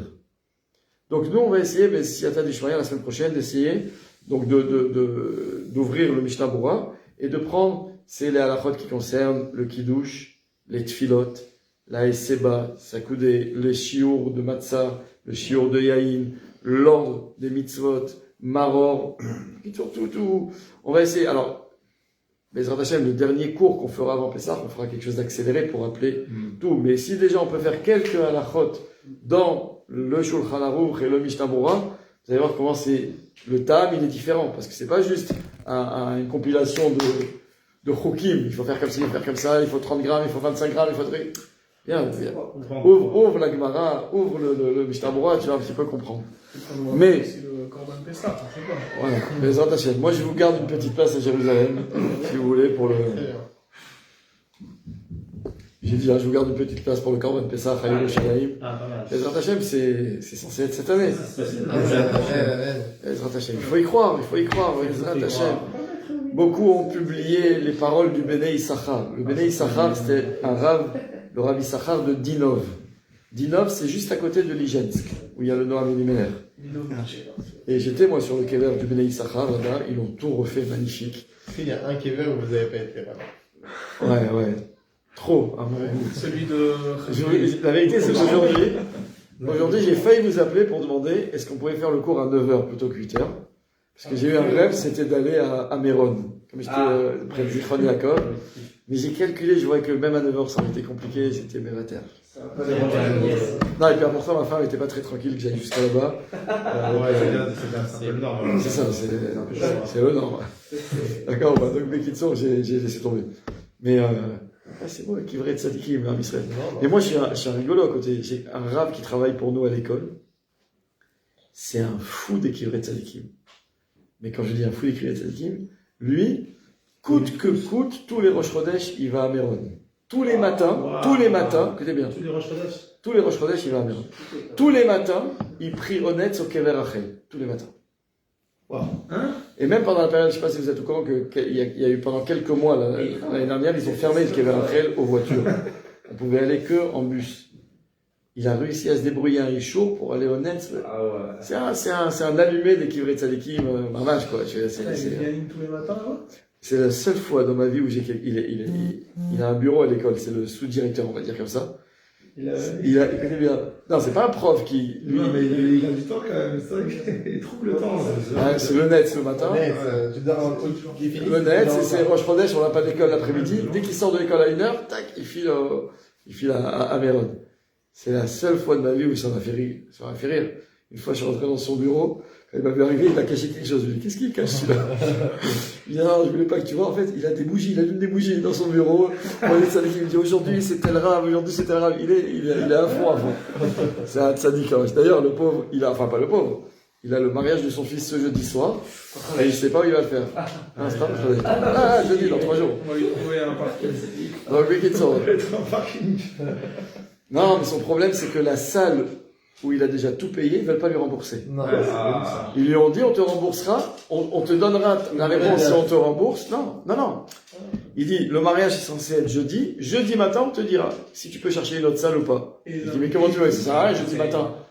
Donc lui, il joue un coup de poker, il dit, moi je suis obligé de bloquer une autre salle, mais si maintenant, jeudi matin, tout s'arrange et il décide d'ouvrir les salles, eux ils me rembourseront pas. Parce qu'il me dit, voilà, tu pouvais faire un mariage. Pourquoi l'autre salle elle laisserait? C'est quoi la différence? Non, parce qu'il a trouvé il y a une autre salle à Jéru qui est dans un miklat. À Nechior, à Chaïm, de Ravel Baz. Ils ont une salle tout en bas, où on peut entrer jusqu'à 200 personnes, c'est pas très clean normalement, mais l'option est. Mais du coup, il me dit, attends, je peux pas m'engager avec un nouveau traiteur, une nouvelle salle, si je suis pas sûr que je vais être remboursé de l'autre côté, je peux pas payer 2 fois. Les invités aussi. Alors normalement, il m'a dit, normalement, il leur a mis des gros coups de pression pour qu'il lui donne une réponse ce soir. Il dit qu'il a au moins 3 jours pour s'organiser pour le mariage. Bon, enfin, Bekitsour, c'est technique. Bekitsour, Donc il faut se préparer à Pessah. Ma Alors, chère. se préparer. Kamouvan, ça c'est tous les jours. Tous les jours. T'es pas prêt encore? Voilà. Je suis déjà. J'ai mon Voilà. costume blanc. C'est vrai, t'as le costume blanc dans l'armoire. Mais là, je pense qu'il faudrait penser vraiment à avoir une tenue pour accueillir le Mashiach. Pas de tennis. Il y a quelqu'un qui a dit aujourd'hui, Tu nous ramènes d'Italie. à cause de ce qui se passe, il paraît que l'essence, ça va beaucoup augmenter. Il a dit, au prix de l'essence aujourd'hui, je comprends pourquoi le Mashiach, il va venir à Dodan. Mais Kitsour, en tout cas, Il est vert. on fera la semaine prochaine les Antacham le Chod Pessah, mais juste dire un petit mot qui est lié à l'éducation des enfants. Et il faut vraiment se préparer. Parce que, encore une fois, la mitzvah centrale de Pessah, au-delà des interdits, du Chametz, etc., c'est la mitzvah de Vehigata Levincha Bayamaou les morts. Raconter à son enfant tout le récit de la sortie d'Égypte. Les Chachamim, ils nous disent un yesod. Le yesod du chinour, c'est que pour qu'un message passe, n'importe quel message, pour qu'un message passe, il faut, avant de faire passer le message, créer l'ustensile qui doit recevoir le message, qui puisse le contenir et qui puisse le garder. C'est comme si maintenant, toi, tu veux te faire un café, et tu vas devant la machine de café, tu appuies sur le bouton qui te sort le café, tu n'as pas mis un verre en dessous. Le café, il va être fait. Mais, il va où? Il va où le café? Il va à la poubelle, ou pas? Il faut faire le keli. Et j'ai envie de dire que une fois que tu as mis ta tasse sous la machine à café, après que tu as mis une capsule bleue, une capsule dorée, une capsule rouge, le truc, décaféiné, tu auras un café, ou pas? Mais le hikar, c'est d'avoir quelque chose. Pourquoi? Parce que tu as une tasse, tu as un keli. Notre responsabilité en tant que parents, plus encore que le message qu'on fait passer, c'est le keli qu'on construit, qu'on confectionne, qu'on crée par notre chinour. Alors encore une fois, vadaï ou vadaï, que on doit faire passer des messages. On ne peut pas acheter des tonnes de tasses si tu n'as pas acheté une machine à café et que tu appuies sur le bouton. Ça ne sert à rien. Ou pas. Donc c'est sûr qu'il faut... Mais en réalité, les Chachamim ils te disent, là où il y a une différence entre Am Israël et Amalek ou les autres nations, c'est que les autres nations ne pensent qu'à une chose, c'est le message que tu fais passer. Mais on ne donne pas l'importance au Keli. On ne donne pas l'importance au Keli. La Torah, elle vient, c'est la seule qui te dit, le Hikar, c'est pas le message, c'est le Keli. Vous savez, quand un enfant il vient dans une école, vous allez choisir une école pour votre enfant. Pourquoi? Pour un niveau scolaire, je veux qu'il ait un bac haut niveau, je veux qu'il réussisse. Mais en réalité, quelqu'un d'intelligent, qu'est-ce qu'il cherche? Il doit chercher la structure dans laquelle l'enfant va le plus s'épanouir. Où il va être bien. Briut hanefesh, ça s'appelle en hébreu moderne. Briut hanefesh, il va être bien dans sa peau. Une fois qu'il va être bien dans sa peau, je préfère le mettre dans une école où il va faire un niveau de maths moins élevé ou un niveau de Gemara, les Avdil, moins élevé, mais qu'il est bien dans sa peau, plutôt que de le mettre dans une école où il va y avoir des tonnes de pression, il va être en souffrance l'enfant. Et par contre, la pub de l'école, c'est, ils connaissent Gemara haut niveau, ils ont 5 échidotes en maths, 5 échidotes en tout ce que tu veux. Pourquoi? Si tu regardes, toi, les résultats sur le terrain, tu vas dire, mais non, tu as plus de débouchés quand tu as un bac avec 5 échidotes dans toutes les matières qu'un bac avec 3 échidotes. Donc tu vas dire, non, moi, mon fils, il est capable, je veux qu'il fasse 3 échidotes. Il dit oui. Mais il faut savoir une chose. Quand ton enfant, tu lui as donné tous les kélim pour qu'il soit bien dans sa peau, qu'il soit épanoui, en finale, même si de base il a peut-être un niveau moins élevé qui normalement lui permettrait d'avoir que 3 échidotes, s'il est épanoui, tu verras qu'il sera capable de faire 5 échidotes. Il sera capable. Parce qu'en fait, les capacités cognitives, c'est-à-dire intellectuelles de l'enfant pour acquérir des connaissances, c'est pas qu'une question de quotient intellectuel. Les goïms pensent ça, le quotient intellectuel. À n'importe quel truc, on te fait un test de QI. Je veux savoir c'est quoi ton... Comme si t'es Oudat Zéout à toi, c'est ton QI. La Torah, tu dis, c'est pas ça. C'est pas ça, Oudat Zéout d'un enfant. La Oudat Zéout d'un enfant, c'est combien t'es un Kéli pour recevoir. Une fois que t'es un Kéli, tu peux recevoir beaucoup plus que celui qui a un quotient intellectuel plus élevé. Comment ça marche, ça? Les Chachamim disent, ça marche pour une une raison qui est claire, qui est dite d'ailleurs dans le Mishkan. On l'a dit il n'y a pas longtemps. Dans les mesures du Mishkan, rappelez-vous, quand la Torah vient te dire, regarde, on m'a donné des mesures pour tous les kelim et pour tous les espaces. Je sais quelle taille fait le Kodesh, quelle taille fait le Kodesh à Kodashim, quelle taille fait la Hazara, quelle taille fait le Khatser. La Torah t'a dit toutes les mesures de tout. Quand tu fais le calcul de là où on mettait le Aaron, c'est-à-dire le Kodesh à Kodashim, l'Arche Sainte, et tu savais que là-bas il y avait le Kaporet avec les Kérovim, tu savais qu'il y avait les montants, comme on dit, les Adanim, enfin tu savais qu'il y avait tout ça. Et Chachamim il dit, il y a un problème. Écoute bien comment ils le disent. Mekom ha'aron eno minamida. Il te dit, dans le Kodesh à Kodashim, le Aaron ne rentre pas. C'est comme si tu construis une maison, tu fais un plan, d'accord? Et quand tu viens pour rentrer ton frigo, tu dis, ben, il rentre pas, il passe pas. Il passe pas par la porte. Il passe pas, il n'y a pas la place. J'ai pas calculé la place, t'as pas laissé de place pour le frigo, comment tu peux en mettre un? J'ai scié, moi, ça va. Dans la Torah, on te dit, si tu regardes les mesures du Kodesh à Kodashim, tu vois que le Aaron ne rentre pas. Et pourtant, il était là-bas. Alors, comment ça marche? Qu'est-ce qu'elle te dit, la Torah? Raoul te dit, parce qu'en fait, le Aaron, qui est le symbole de la Torah, n'occupe pas d'espace physique. Ça veut dire, il était dans le Kodesh à Kodashim, mais que toi, quand tu fais ta calculette avec ta règle, tu calcules, il rentre pas. Et comment il est là? Pose pas de question. Pose pas de question. Il n'est pas ulo eno minamida. Comment il est là? Il n'occupe pas de place physique. C'est ça la Torah. Et de là, les Chachamim ils disent que si la Torah n'occupe pas de place physique, c'est pas que le Aaron ou ta bibliothèque où tu mets tes livres de Torah qui n'occupe pas de place. C'est que même quand dans la vie, quelqu'un est occupé à étudier la Torah, en fait, la Torah, elle est capable de ne pas occuper de place. Ça veut dire, si normalement, imagine maintenant les Havdil, le chasse de Gemara, c'est 20 volumes. Ce chasse, 20 volumes, c'était en fait toutes les lois si tu veux devenir avocat ou juge. Toi, tu sais que pour apprendre tout ça, il faut 7 ans d'études pour connaître tout ça par cœur. Donc tu me dirais, pour faire le chasse, il faut tant. La même chose, c'est le même nombre de livres, l'Avdil. Et ben pourtant, tu vois que quelqu'un qui fait cette mitzvah qui s'appelle Vagitabo Yomam Valaila, et ben en un an, il connaît le chasse. Comment Raphaël Kanievski, tous les ans, Erev Pessah, quand nous on cherche un sioum pour pas jeûner, lui il faisait le sioum qu'il y avait. C'est le seul au monde qui faisait ce sioum tous les ans, Erev Pessah. Sioum de la Gemara.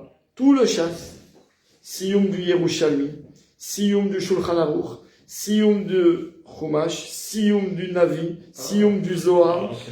Tous les ans, il faisait Siyum de toute la Torah. Vous savez, j'ai à la maison un livre que mon gendre m'a offert il y a quelques années, qui s'appelle Sefer Achovot, c'est-à-dire le livre des dettes. C'est quoi le livre des dettes? C'est en fait le Sefer qui était dans la tête de Raphaël Kanievski. Lui, en fait, il s'était fixé la Torah comme des chovot. Des chovot, c'est-à-dire, en fait, de la même façon que toi, tu sais que tu as un échéancier, tu dois payer ta mashkanta tous les mois, tu sais, sur un an, lui, il a dit, moi, tous les ans, je dois finir le chasse. Donc, je ne peux pas me réveiller la veille de Rosh Chodesh Nissan et me dire, il me reste plus que 2 semaines pour le finir, j'ai rien fait. J'arriverai jamais. C'est pas humain. Alors, il avait son seder. Tous les jours, il faisait 7 ou 8 dapim de Gemara. Donc en fait, quand vous ouvrez ce Sefer, vous verrez, il est classé par mois. C'est incroyable. Tu vois, au mois de Nissan, premier jour de Pessah, il recommençait le chasse. Parce que la veille, il avait fait de Sion. Et là, tu vois qu'au bout de 2 semaines, il est déjà dans Masechet Shabbat, Masechet Shkalim. Quand nous, on fait une Masechet, on fait un daf par semaine, lui, il faisait 8 dapim par jour.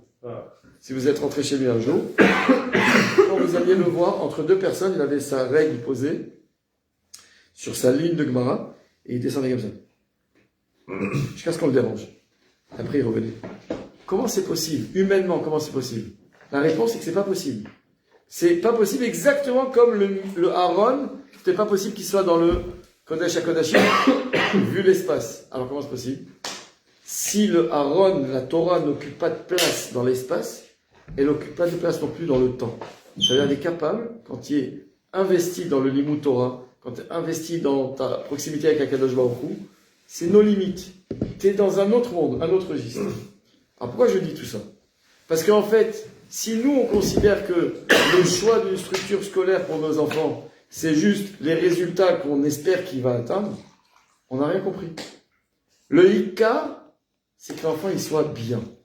Ça veut dire que l'enfant il soit bien, c'est que je crée le Kéli. Alors comment on fait pour qu'un enfant il soit bien? Alors si vous étiez tous des directeurs d'école ou des profs en classe, il y aurait eu un message, mais c'est pas le même, puisque dans une école, il y a une façon de veiller. Vous savez qu'en ce moment on fait, je sais pas si vous avez commencé aussi, la Lemida Merachok, c'est, on fait les cours, nous à Jérusalem on fait pas par Zoom, parce que pas tout le monde a internet dans nos écoles, on fait par téléphone. Par téléphone, il y a une ligne de téléphone où tous les élèves appellent, ils s'identifient avec leur Teudat Zehut. Ouais, on a mis ça en place depuis la Corona, mais du coup on l'a gardé en veille, et quand on en a besoin, c'est immédiat, ça marche. On a commencé déjà la semaine dernière. Tu mets ta Teudat Zehut, le prof aussi, il se connecte, il met sa Teudat Zehut. Quand c'est la Teudat Zehut du prof, ça reconnaît que c'est un prof, donc ça lui donne un menu de prof. Quand c'est un élève... Ils voient tout son portable. Ils voient rien. Ils voient rien, c'est audio. D'accord? Et donc, le gosse, il appelle, il met sa Teudat Zehut, il met sa classe, et là on lui dit, les shidur chai akesh echad. Ça c'est quand c'est un shiur en live.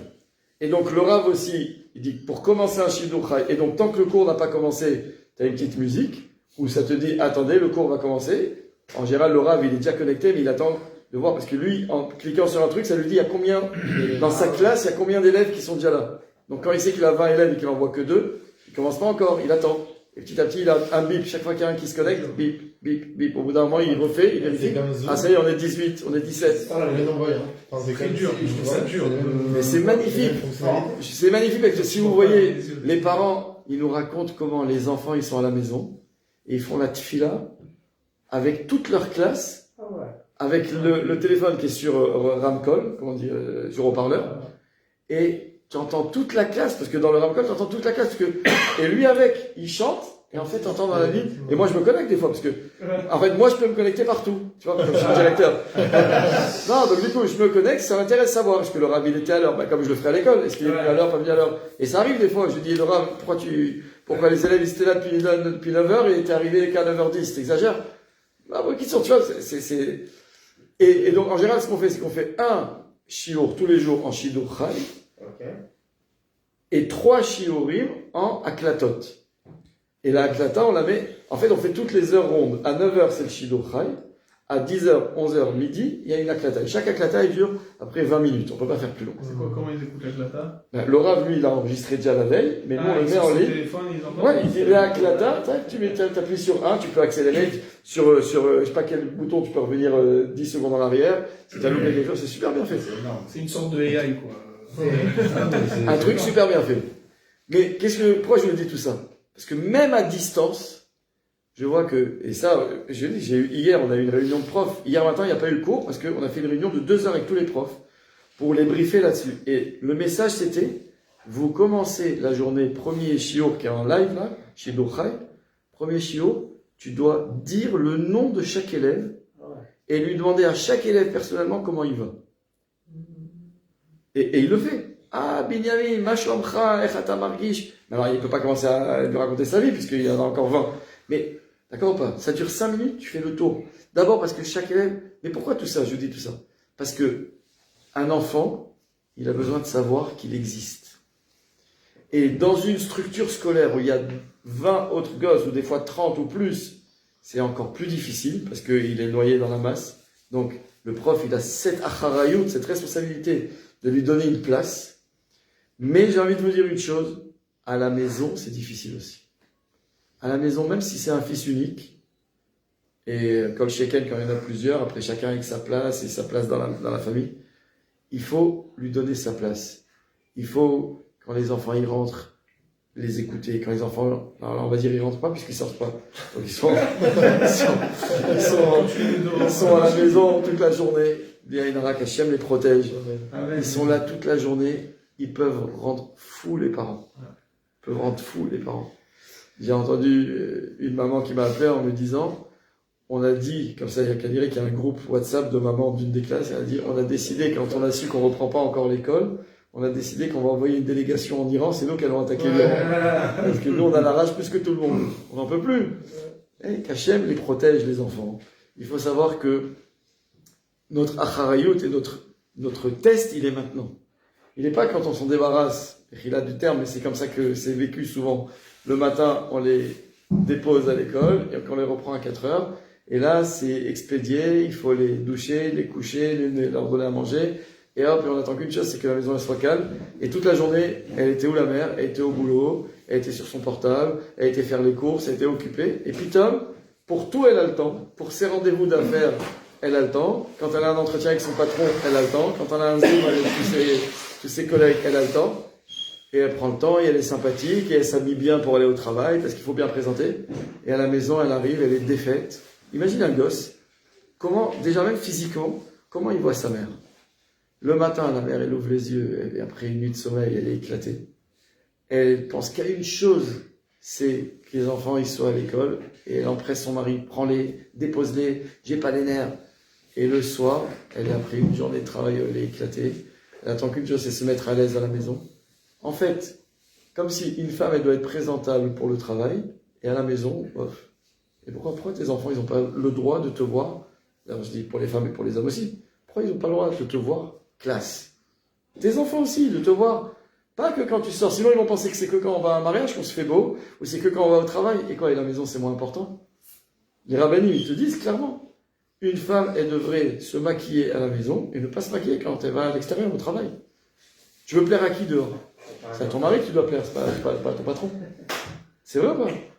Malheureusement, le monde il est à l'envers. Et quand je dis que le monde il est à l'envers, et c'est ça le message de Pessah, c'est que, j'ai envie de dire, le Icar, c'est pas le message. Le message, on va devoir le dire en 2 heures ou 3 heures le soir de Pessah.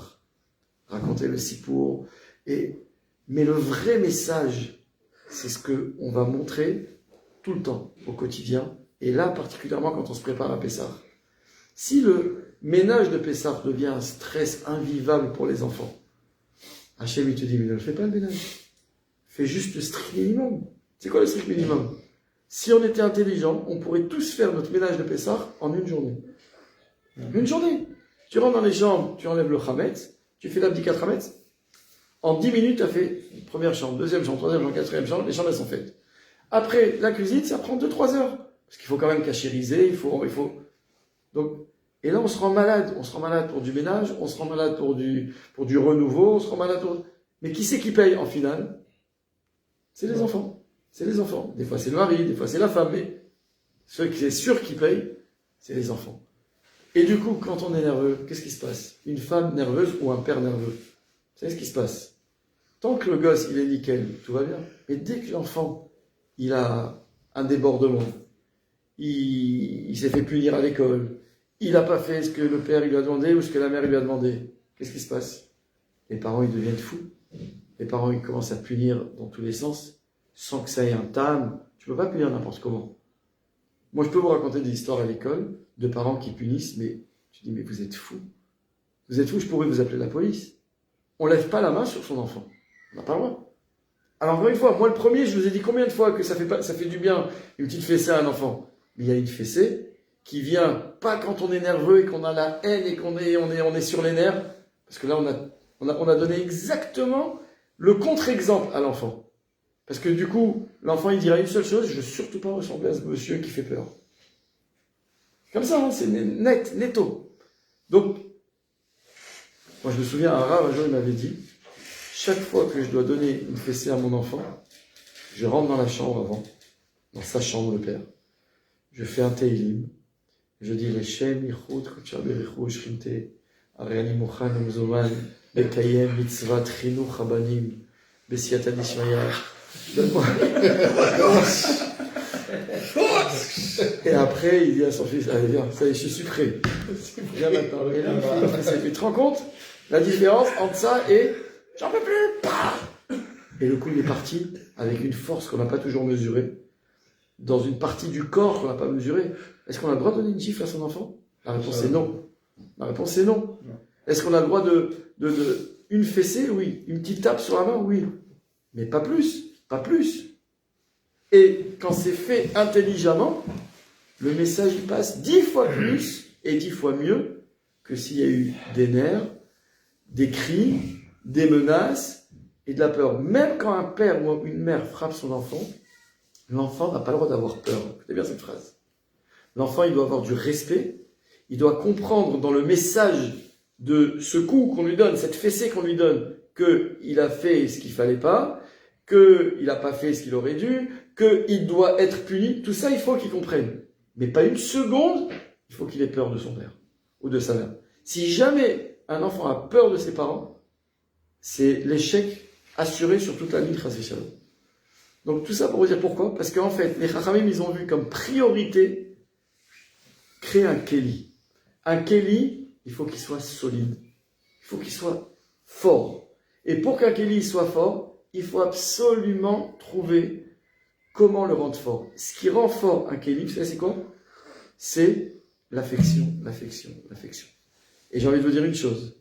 Quand on sait comment frapper nos enfants, le coup, ça devient une marque d'affection.